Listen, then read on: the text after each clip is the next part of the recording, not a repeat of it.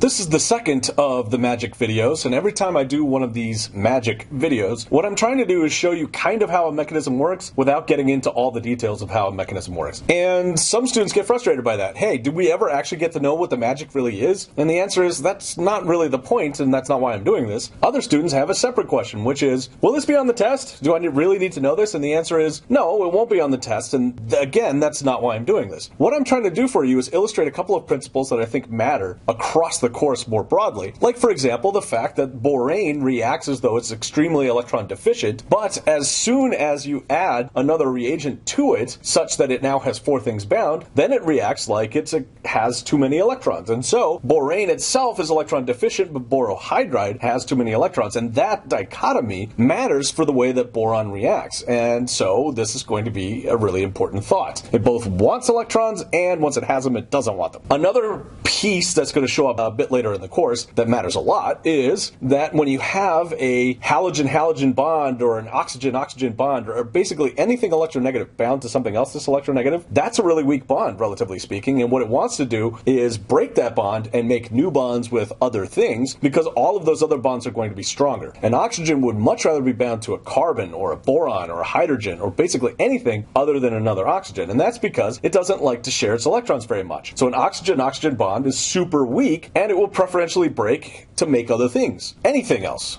practically. So these are the features that matter, and what I'm going to do is now illustrate this in the context of the magic that, again, you don't specifically need to know. If you know that boron becomes this alcohol when you mix it together with hydrogen peroxide, sodium hydroxide, and water, good enough. That's what you need to know for the purposes of the test. Why it works, though, illustrates a lot about what's going on electronically and also energetically in the process. And so you want to pay attention to this because this is the way that boron reacts. This is the way that peroxides react. Both matter. This explains why you get anti-Markovnikov addition. This is how radical chemistry is going to work. They are crucial concepts to wrap your head around and to store away. And so learning this extra context creates good neural networks for you to store information away. Makes this information a little stickier and easier to learn than if I didn't provide it to you and you had it without context. So again, the core idea is fundamentally that if you have borane itself, you have an empty orbital. As soon as you put another hydrogen in there, now all of a sudden it has too much electron density,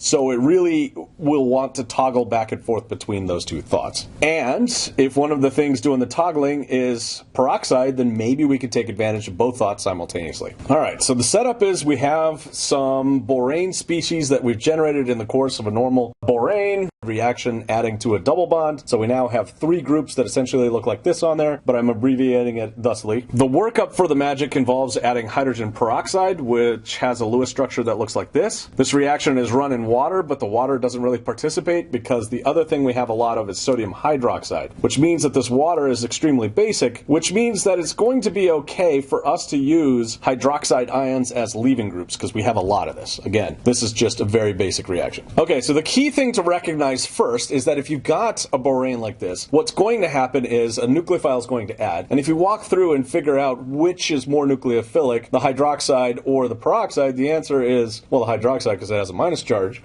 But of course, if we do some acid-base chemistry, then all of a sudden we would have a peroxide with a minus charge, and that actually is going to turn out to be more nucleophilic. So some acid-base chemistry happens, and again, the acid-base chemistry is not the point, but this will end up adding right there. And that's because you had an empty orbital on the boron, and now, of course, you don't. Now the boron is minus charged, and that's because this minus charge thing attacked it, and so now we've got too much electron density. The boron is desperately trying to get rid of that electron density. Likewise, what you have is an exceptionally weak oxygen-oxygen bond, and you can solve both problems at the same time if you do something a little weird. If you just slide the boron R group bond up, and if I draw out what the R group is, again, just being this sort of straight chain carbon thing, if I take the boron carbon bond and I just slide it up to the oxygen, the reason why that's going to happen is because it allows this oxygen-oxygen bond to break. What I'm doing essentially is swapping an extremely weak oxygen-oxygen bond for or a much stronger oxygen-carbon bond. Now, of course, I'm doing that by getting rid of a boron-carbon bond, but we're going to make that up again later. This is going to be a one-way ticket, but now what we have is the boron is bound to the oxygen instead, and now you've got this other piece on there instead. As far as our key organic material is concerned, what we've done now is do that replacement of the oxygen for the boron. We've inserted the oxygen in between the carbon and the boron, and that's what's happened here. Now, of course, what do we have left on this boron? Well, we have another empty orbital. So what happens next is you do this twice more. So this material now has OR here at this position. The peroxide goes and adds. You do another one of these. This now had OR on it. Now we have two ORs here. Then this material is really back over here. We have two ORs. Now the peroxide comes and adds, and then you're here, and now you've got two ORs, and then this slides over, and now you have three ORs. You get the point. This is going to keep on happening as long as you have weak peroxide bonds and as long as you have boron with an empty orbital, and you eventually arrive at a situation like this. And again, the reason why this isn't necessarily the magic is because I don't know precisely what the electron flow is throughout this mechanism. But big picture, this is what's happening. The peroxide adds, and then you do some kind of carbon shifting onto the oxygen to break that peroxide bond. Do I know it happens sequentially like this? Do I know it happens 2 electrons at a time? No, I don't. But you end up someplace like this. Okay, now what? Well, now this gets even easier. What do we have floating around? Just plain hydroxide. So what's the hydroxide going to do? Well, it's going to add, obviously. The oxygen had too much electron density on it. It was minus. It was unhappy. So it goes ahead and adds to the empty orbital,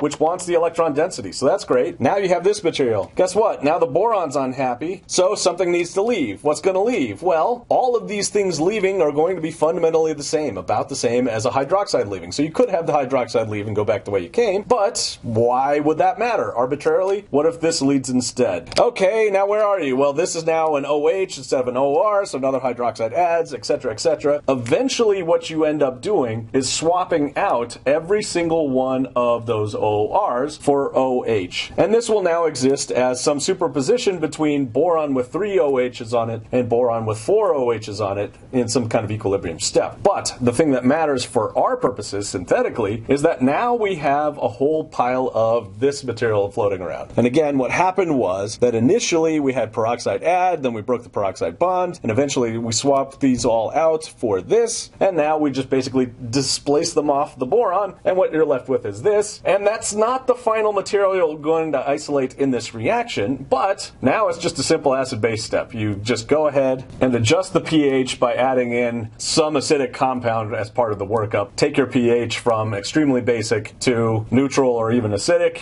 and now what you'll do is have the alcohol which you isolate and then can use in future synthetic operations. What drives the entire process? Boron has an empty orbital. A peroxide bond is exceptionally weak. You will fill that empty orbital, but then you've got too much electron density and you've got a really weak bond, so this just migrates over, solving two problems at once. You end up here, this has an empty orbital, now you can swap things out. You end up here with boric acid. Meanwhile, you've got all these random alcohols floating around in your solution, but this is the thing you care about, so you add a bunch of acid, isolate this material. This boric acid, filter off, no problem. That's your reaction. Again, do you need to know the mechanistic details of any of this magic? Absolutely not. What you need to know is that you can convert a borane into an alcohol in the presence of peroxide, sodium hydroxide, and water. But you should be aware that hydrogen peroxide, or any XX bond, any bromine-bromine bond, chlorine-chlorine bond, oxygen-oxygen bond, those are all exceptionally weak, and boron always reacts as though it is both electron deficient, which it is, and as soon as you fill that orbital, it has too much electron density and is trying to get rid of it, so it's back and forth.